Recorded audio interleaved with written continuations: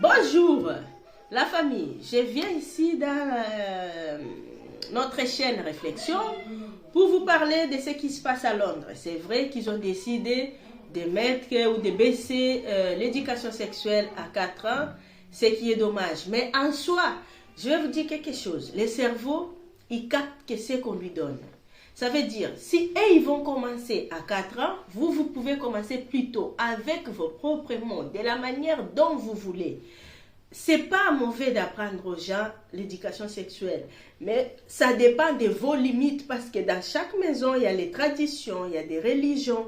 C'est à vous de choisir déjà avant que l'école commence ce que vous allez dire à vos enfants. Et la xinine, bango barolakisa bana na bino à partir à 4 ans. Mais bino bokoki pe ko bandango avant 4 ans. Parce que mwana arozana confiance ya yo parent na ye que ya école. Biso toyebi eza na bana mususu aliaka ngulu te, oyebisi alia ngulu viki aza convaincu que ngulu eza mabe, même si atopesi explication ndenge nini akoyoka te. En fait, nyonso ezo uta wana. Yo banda déjà ko expliquer mwana na yo. Soki bango ba banda na 4 ans, c'est pas grave, soki mwana aza capable de comprendre plus tôt, okoki ko sala ngo. Yo expliquaka mwana yo que oui, toza batu ya awa me biso to uta côté mususu et pas na biso e fonctionnera boye.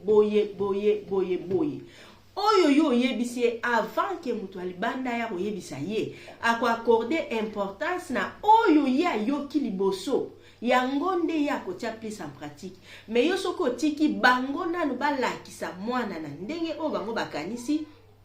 Je pense que c'est là qu'il y a un problème. Mais qu'on éduque moi sur les problèmes d'éducation sexuelle en soi, ils ont bête, mais dommage que babandi en moto et malheureusement on ne peut pas faire autrement.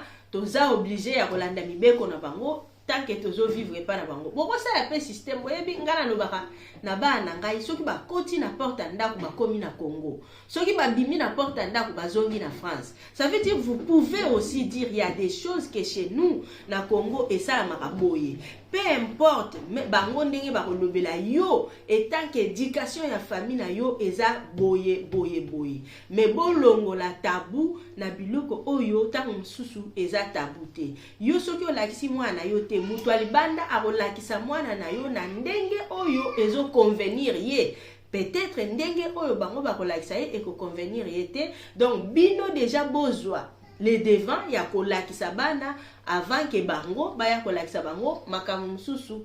Voilà, bon courage à vous et prochainement Monica Family 6. Bye.